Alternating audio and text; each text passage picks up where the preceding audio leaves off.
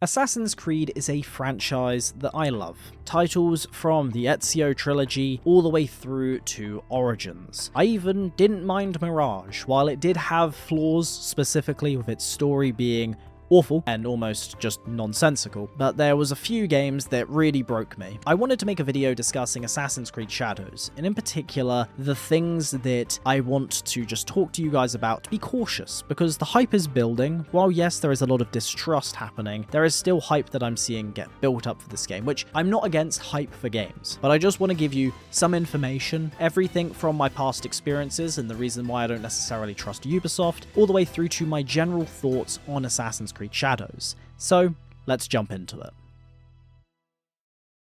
What I wanted to do right away is go over my biases towards this franchise, as I do feel like a lot of people don't do this. They will just kind of go, yeah, I love this game, or I'm really hyped, and you don't really know where they're coming from. I love the older games. I grew up playing Assassin's Creed 2, then going into Brotherhood, Revelations, 3. I loved 3 when it came out, even though it wasn't particularly loved by the community, and much more. I loved Unity. Again, I love these games, and I keep saying love in particular because genuinely I adore this franchise. I love the lore behind it, and I loved the games. I loved the way that they would interact within history and all these things. There was obviously a bigger breaking point later on in the franchise. After the failure of Syndicate and people being fed up with the formula of Assassin's Creed games, Ubisoft took a year off and went to the drawing board. We ended up seeing Assassin's Creed Origins come out roughly, I believe, a year later, so 2 years from the previous release. I'll need to double check that. But when this game came out, I also loved this title. I thought it was a great pivot,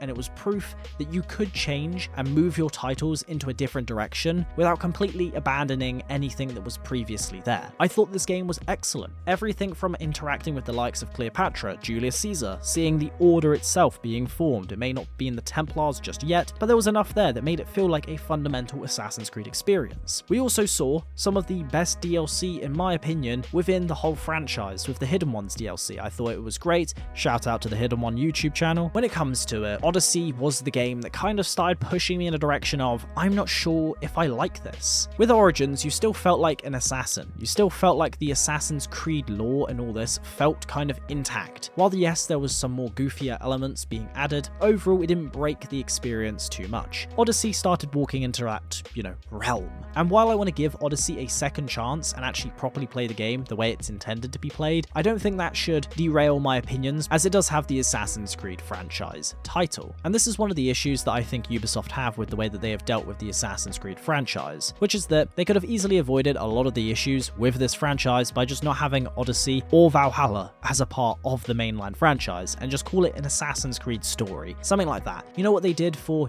the Solo movie or Rogue One, these sorts of things, where you knew you weren't getting this mainline, extreme budget Star Wars movie that was meant to be this pinnacle of the saga. You were getting something that was meant to be its offshoot. It's meant to be a bit different. That would have solved a lot of the problems. While yes, Valhalla is in my opinion just a bad game, which we'll get into in a moment. But Odyssey, for me, was a game that I didn't like too much upon its release. However, I will say that over time I have grown towards not disliking it as much as I did back then. Then we had Valhalla, which I loved the first 20 hours to maybe even 30 hours of this game. I got an Xbox Series X on release because of the place that I worked at, and I really wanted to play this game. It was the first game I was playing on the new generation of consoles. It was genuinely great to play. It looks visually outstanding. However, past the 30-hour mark, I started to question, when is this game going to end? At many points, I felt like the game was finishing, and it just never did. And it was really disappointing to see. The gameplay loop just became too much of the same over and over again. Auto horse mechanics ruin the game as a whole. It means that you're easily able to disconnect. And yeah, Valhalla broke me. Both because it's a game that I don't think is actually a good game, it's bloatfest, but also because they lied in their marketing material and also lied about the way that they were going to be dealing with microtransactions. That was another big issue that I had with this game, and we're going to talk about it in relation to Shadows as well. However, there was one glimmer of hope. There was the possibility, the return to Mirage, and videos that are unlisted now on this channel, I believe, I spoke about being cautious about Mirage. And everything I said about it was true, which is that it was made within the engine of Valhalla. so don't trust what they're talking about when it comes to their parkour. Be wary of basically their entire marketing material. Everything. Question everything with Ubisoft games. Mirage, for me, I have a 1 hour plus video essay discussing this game, so if you do want to get my full thoughts back when it came out, go check out that video. I think it's very well done overall, and I think I'm fairly fair to it. And my overall opinion, my consensus is, they went down the right route. They proved that parkour doesn't necessarily need to have loads of fancy animations. It's about the main issue that I had with Valhalla, which was that if you have it in an area where it's fundamentally useless to parkour, then nobody's going to care about one of the key parts of this franchise. But with Mirage, it also had its failings with its story, and generally speaking, a lot of other areas of the game that they could have improved on, such as the way that looting works, upgradables work, leveling systems, having magic abilities, and all these things. And while I understand that it's taken me a while to get here, I now want to talk about shadows. And the first area that I'm going to be talking about is going to be my thoughts on Yaske, as he is obviously a very controversial figure in regards to this game.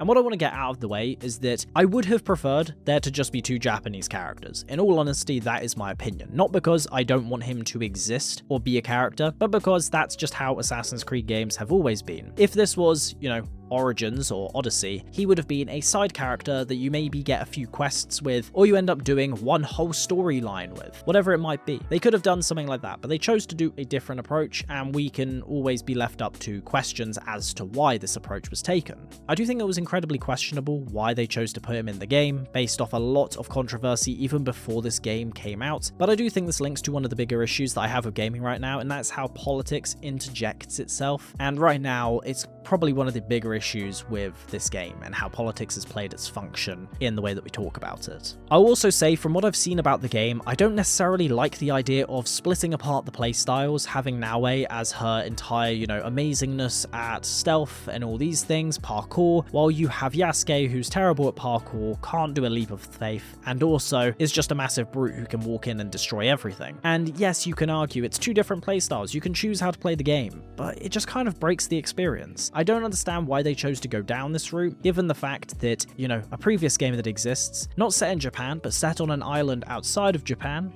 Ghost of Tsushima, an amazing title, again, made a very long video discussing that game, my best video ever, in my opinion. That game, as a whole, proved that you could do the stealth and the samurai thing at the same time, and they just chose to go down a different way of working it in this game.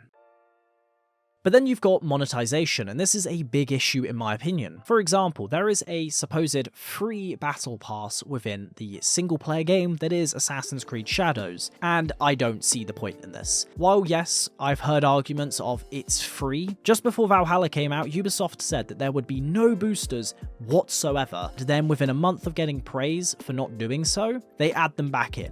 And a controversy was started because they openly lied. They also set up the game, along with Odyssey and Origins, to make it more likely that you're going to choose to buy these things by basically hindering you in the experience. And this is one of my issues, which is that yes, you can argue it's free. It doesn't really matter, you're not paying for anything. But again, they lied in the past. What stops them from lying now? And also, why is there a battle pass in a single player game? Let's just ask that fundamental question, which shouldn't require too much thought to say, yeah, why? We didn't need it 10 years ago, we don't need it now. The thing is as well, when it comes to monetization for single player games, I'm not against DLC existing. I think DLC is a good aspect to many single player games, especially when it adds vast expansion packs. You've got the likes of The Witcher 3 with some of the best DLC ever made. You've got the likes of the Dawnguard DLC and the Dragonborn DLC within Skyrim. Again, some of the best DLC that I've loved playing over and over again. And I love this sort of thing. I wouldn't mind DLC being added to Shadows, for example, but we already know that they're going to be adding skins, they're going to be probably adding boosters, and far more monetization methods that we're not even aware of just yet. And it's one thing that does annoy me a bit, which is just the lack of people's ability to think further than what Ubisoft are saying. As I said, just because it's free now doesn't mean that they're not going to change their mind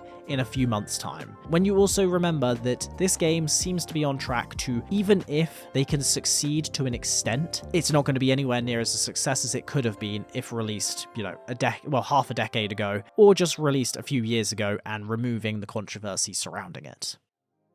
Then we've got the nitty-gritty of what everyone likes to talk about with games, which I typically shy away from, which is talking about gameplay mechanics. While I'm not anti-talking about this, because, I don't have my opinions about them, like that's not the reason why I don't talk about it, it's because I always have been more focused on the way that a game makes me feel instead of a gameplay mechanic. I don't need a game to be complicated or have this outstanding combat system to be something that I truly enjoy. Whereas for many other people, they do need that combat system or, the gameplay to be riveting and something that makes the game an experience that can push through a terrible story. For me, gameplay is secondary. Story is above it, for me anyway. Obviously, it's games, they should have great gameplay. When it comes to Assassin's Creed Shadows gameplay, I would say that it just appears really flat and outside of the typical Assassin's Creed experience. Flat is the best word that I can use to describe it, because I don't really know what else to say. It doesn't feel, as smooth and silky, greatness that was Ghost of Tsushima's combat system. It doesn't feel the same as even like the basic systems of old, or watching Assassin's Creed Unity's combat, which again, it isn't the pinnacle. It's nowhere near the pinnacle, but Shadows just feels really off, and I don't know how else to explain it other than it just feels